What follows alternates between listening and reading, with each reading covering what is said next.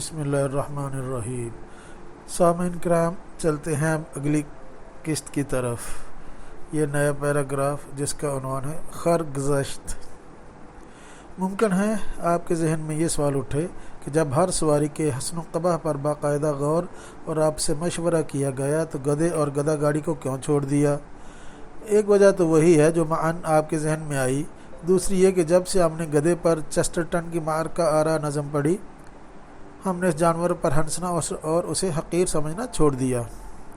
11 برس لندن میں رہنے کے بعد ہم پر بالکل واضح ہو گیا کہ مغرب میں گدھے اور الو کو گالی نہیں سمجھا جاتا۔ بالخصوص الو تو علو فکر اور دانائی کا سمبل ہے۔ یہاں اول تو کوئی ایسا نہیں ملے گا جو صحیح معنوں میں الو کہلانے کا مستحق ہو، لیکن اگر کسی کو الو کہہ دیا جائے تو وہ اپنے جامے بلکہ اپنے پروں میں پھولا نہیں سمائے گا۔ لندن کے چڑیا گھر میں الو کے کچھ نہیں تو 15 پنجرے تو ضرور ہوں گے۔ ہر بڑے مغربی ملک کا نمائندہ الو موجود ہے۔ ہر پنجرہ اتنا بڑا جتنا اپنے یہاں شیر کا ہوتا ہے، اور ہر الو اتنا بڑا جتنا اپنے یہاں کا گدھا۔ اپنے یہاں کا الو تو ان کے سامنے بالکل ہی الو معلوم ہوتا ہے۔ انگلینڈ میں اینک سازوں کی سب سے بڑی کمپنی ڈونلڈ ایچسن کا لوگو تجارتی نشان الو ہے، جو ان کے سائن بورڈ، لیٹر ہیڈ اور بلوں پر بنا ہوتا ہے۔ اسی طرح امریکہ کے ایک بڑے اسٹاک بروکر کا لوگو الو ہے۔ یہ محض سنی سنائی بات نہیں، ہم نے خود ڈونلڈ ایچسن کی اینک لگا کر اسٹاک بروکر مذکور کے مشورے اور پیشگوئی کے مطابق کمپنی شیئرز، حصص اور بانڈز کے 3-4 فارورڈ سودے کیے، جن کے بعد ہماری صورت دونوں کے لوگوں سے ملنے لگی۔ سابق پریزیڈنٹ کارٹر کی ڈیموکریٹک پارٹی کا نشان گدھا تھا، بلکہ ہمیشہ سے رہا ہے۔ پارٹی پرچم پر بھی یہی بنا ہوتا ہے۔ اسی پرچم تلے پوری امریکن قوم ایران کے خلاف سیسا پلائی ہوئی دیوار کی طرح کھڑی رہی۔ ہمارا مطلب ہے بے حس و حرکت۔ مغرب کو گدھے میں قطعی کوئی مضحکہ خیز بات نظر نہیں آتی۔ فرانسیسی مفکر اور انشائیہ نگار مونتن تو اس جانور کے اوصاف حمیدہ کا اس قدر معترف اور معرف تھا کہ ایک جگہ لکھتا ہے کہ روئے زمین پر گدھے سے زیادہ پر اعتماد، مستقل مزاج، گمبھیر، دنیا کو حقارت سے دیکھنے والا اور اپنے ہی دھیان اور دھن میں مگن رہنے والا اور کوئی زیرو نہیں ملے گا۔ ہم ایشیائی دراصل گدھے کو اس لیے ذلیل سمجھتے ہیں کہ اس میں کچھ انسانی خصوصیات پائی جاتی ہیں، مثلاً یہ کہ اپنے سہار اور بساط سے زیادہ بوجھ اٹھاتا ہے، اور جتنا زیادہ پٹتا اور بھوکا مرتا ہے اتنا ہی اپنے آقا کا مطیع و فرما بردار اور شکر گزار ہوتا ہے۔ نیا پیرا بیکار مباش۔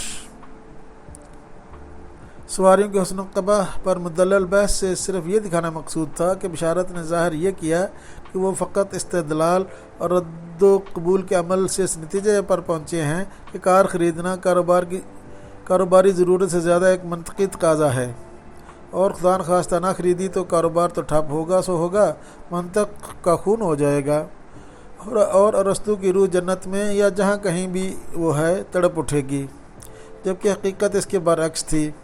انہیں زندگی میں جس شے کی کمی شدت سے محسوس ہونے لگی تھی وہ دراصل کار نہیں، اسٹیٹس سمبل تھا۔ جب کوئی شخص دوسروں کو قائل کرنے کے لیے زور شور سے فلسفہ اور منطق بگاڑنے لگے تو سمجھ جائیے کہ اندر سے وہ بیچارہ خود بھی ڈھل مل ہے، اور کسی ایسے جذباتی اور نامعقول فیصلے کا عقلی جواز اور توجیہ تلاش کر رہا ہے جو وہ بہت پہلے کر چکا ہے۔ ہنری اشتم نے تو محض اپنی ملکہ کو طلاق دینے اور دوسری عورت سے شادی رچانے کی خاطر پاپائے روم سے قطع تعلق کر کے ایک نئے مذہب کی داغ بیل ڈال دی۔ یہ ایک تاریخی حقیقت ہے کہ انگلینڈ کے مذہب یعنی چرچ آف انگلینڈ کی بنیاد ایک طلاق پر رکھی گئی تھی۔ مرزا کہتے ہیں کہ فی زمانہ نئے مذہب کی ایجاد کا اس سے زیادہ معقول جواز اور ہو بھی نہیں سکتا۔ نیا پیرا بیوہ میم کی مسکراہٹ کی قیمت۔ بشارت کافی عرصے سے سیکنڈ ہینڈ کار کی تلاش میں مارے پھر رہے تھے کہ ایک دن خبر ملی کہ ایک برٹش کمپنی کے انگریز افسر کی 6 سلنڈر کی بہت بڑی کار بکاؤ ہے۔ افسر کا 2 مہینے قبل اچانک انتقال ہو گیا تھا، اور اب اس کی جوان بیوہ اسے اونے پونے ٹھکانے لگانا چاہتی تھی۔ بشارت نے بیوہ کا ایک نظر دیکھتے ہی فیصلہ کر لیا کہ وہ اس کی کار کو، جسے انہوں نے ہنوز دور سے بھی نہیں دیکھا تھا، خرید لیں گے۔ وہ اس کمپنی کو 3 سال سے چیڑ کے پیکنگ کیس اور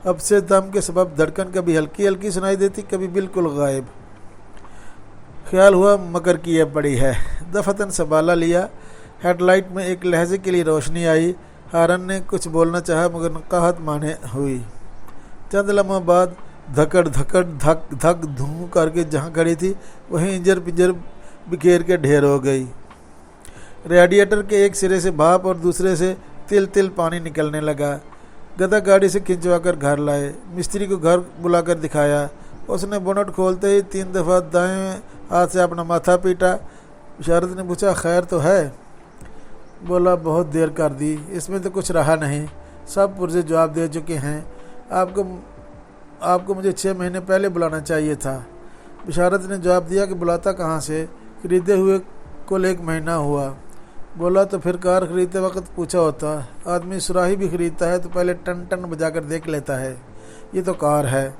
آپ زیادہ خرچ نہیں کرنا چاہتے تو فی الحال کام چلاؤ مرمت کیے دیتا ہوں۔ بزرگ کہہ گئے ہیں کہ آنکھوں گوڈوں میں پانی اتر آئے تو معجون اور چمپی مالش کارگر نہیں ہوتی، پھر تو لاٹھی بیساکھی چاہیے یا جوان جورو۔ بشارت کو اس کی یہ بے تکلفی بہت ناگوار گزری، مگر غرض مند صرف آئینے کا منہ چڑھا سکتا ہے۔ اس کے بعد کار مستقل خراب رہنے لگی، کوئی پرزہ درست معلوم نہیں ہوتا تھا، صرف ریئر ویو مرر یعنی پیچھے آنے والی ٹریفک دکھانے والا آئینہ صحیح کام کر رہا تھا۔ بعض اوقات کار کی رفتار گدھا گاڑی سے بھی زیادہ سست ہو جاتی، جس کی وجہ یہ تھی کہ وہ اسی میں باندھ کر کشاں لائی جاتی تھی۔ میں خود آئی نہیں، لائی گئی ہوں۔ کار سٹارٹ کرنے سے پہلے وہ گدھا گاڑی کا کرایہ اور باندھنے کے لیے رسی وغیرہ ضرور رکھ لیتے تھے۔ اس مشینی جنازے کو گلیوں میں کھینچے پھرنے کا عمل جسے وہ ٹو کرنا کہتے تھے، اس کثرت سے دہرایا گیا کہ گھر میں کسی نیفے میں کمر بند اور چارپائی میں ادوان نہ رہے، اور ثانی ذکر پر سونے والے رات بھر کروٹ کروٹ جھولا جھولنے لگے۔ نوبت یہاں تک پہنچی کہ ایک دن منارز خان چوکیدار کی بکری کی زنجیر کھول لائے۔ مرزا کہتے ہی رہ گئے کہ جو زنجیر بالشت بار کی بکری کو جو 3 دفعہ ہری امید سے ہو چکی ہے قابو میں نہ رکھ سکی، وہ تمہاری بے کہی کار کو کیا خاک باندھے گی۔ نیا پیرا، ہر فن مست مولا علادین بے چراغ۔ ڈرائیور کا مسئلہ خود بخود اس طرح حل ہو گیا کہ مرزا وحید الزمان بیگ عرف خلیفہ نے جو کچھ عرصہ پہلے ان کا تانگا چلا چکا تھا، جس کا مفصل حال ہم اسکول ماسٹر کا خواب میں بیان کر چکے ہیں، خود کو اس خدمت پر مامور کر لیا۔ تنخواہ البتہ دگنی مانگی، جس کا جواز یہ پیش کیا کہ پہلے آدھی تنخواہ پر اس لیے کام کرتا تھا کہ گھوڑے کا دانہ چارہ خود بازار سے لاتا تھا۔ پہل کار دیکھی تو بہت خوش ہوا، اس لیے کہ اس کی لمبائی گھوڑے سے 3 ہاتھ زیادہ تھی، دوسرے اس پر صبح شام خریرہ کرنے کا جھنجھٹ نہیں تھا۔ آبائی پیشہ حجامی، لیکن وہ ہر فن مولا نہیں، ہر فن مست مولا تھا۔ دنیا کا کوئی کام ایسا نہیں تھا جو اس نے نہ کیا ہو اور بگاڑا نہ ہو۔ کہتا تھا کہ جس زمانے میں وہ برما فرنٹ پر جاپانیوں کو شکست دے رہا تھا تو ان کی سرکوبی سے جو وقت بچتا، وہ جو کہ بہت کم بچتا تھا، اس میں فوجی ڈرائیونگ کیا کرتا تھا۔ اس کی سواریوں نے کبھی اس کی ڈرائیونگ پر ناک بو نہیں چڑھائی۔ بڑے سے بڑا ایکسیڈنٹ بھی ہوا تو کسی سواری کی موت واقع نہیں ہوئی، جس کی وجہ یہ تھی کہ وہ گوروں کی میت گاڑی چلاتا تھا۔ جو شیخی بھری کہانیاں وہ سناتا تھا، انتظار ہوتا تھا کہ ریجمنٹ کے مرنے والوں کی اتلی قبر تک پہنچانے، اور جو فی الحال نہیں مرے تھے ان کی حجامت کے فرائض اس نے اپنی جان پر کھیل کھیل کر انجام دیے۔ اس بہادری کے صلے میں اسے ایک کانسی کا میڈل ملا تھا جو 1947 کے ہنگاموں میں ایک سردار جی نے کرپان دکھا کر چھین لیا۔